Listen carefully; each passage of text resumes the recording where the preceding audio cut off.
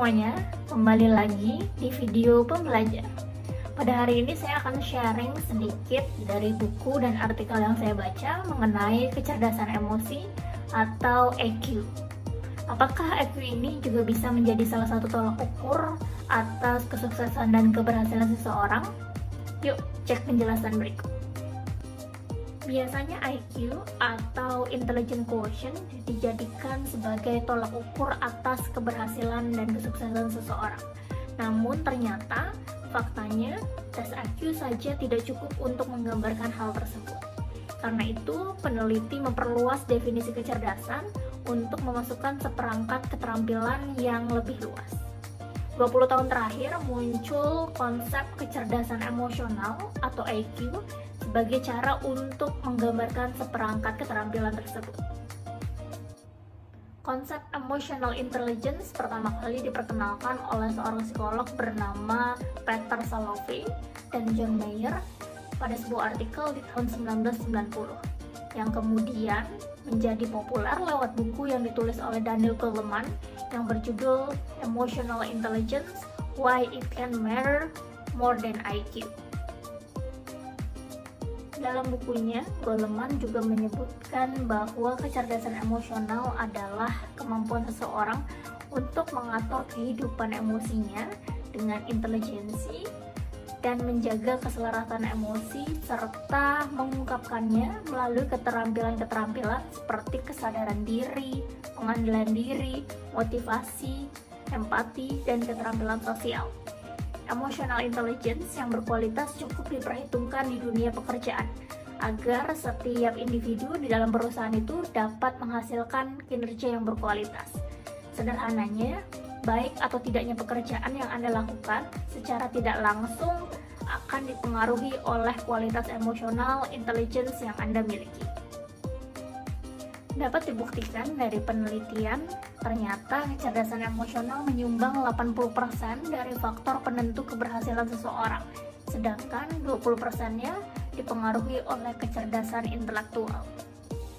Selain itu, dalam bukunya, Goleman juga menyebutkan ada 5 dasar kemampuan atau indikator dalam teori kecerdasan emosi.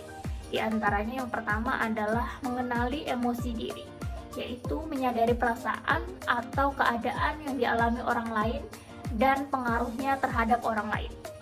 Yang kedua adalah self-regulation atau menggunakan kemampuan emosional untuk mengatur emosi yang akan memunculkan reaksi atau perilaku tertentu.